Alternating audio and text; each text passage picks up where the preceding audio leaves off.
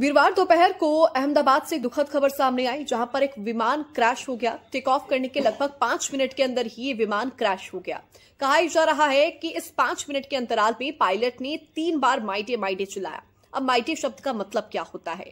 देखिए, माइटे शब्द का मतलब होता है खतरा, कोई बड़ा खतरा, यानी कि विमान और यात्रियों की जान संकट में है।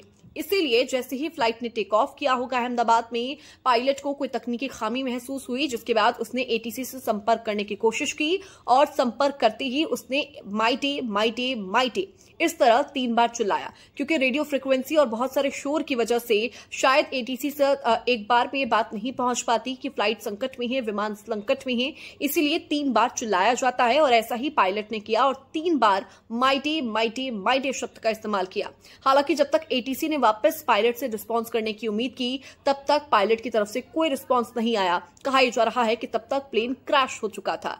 लेकिन इस शब्द का इस्तेमाल इसीलिए किया जाता है और ट्रेनिंग दी जाती है बाकायदा पायलट और क्रू को कि अगर किसी भी सिचुएशन में विमान खतरे में है, जान संकट में है सभी यात्रियों की, तो इस शब्द का प्रयोग किया जाए। 1920 के दशक से ही इस शब्द का प्रयोग इमरजेंसी सिचुएशन के लिए किया जाता है, ताकि एटीसी को इस बात की जानकारी हो सके कि फ्लाइट को या फिर विमान को किसी भी इमरजेंसी सेवा की जरूरत है।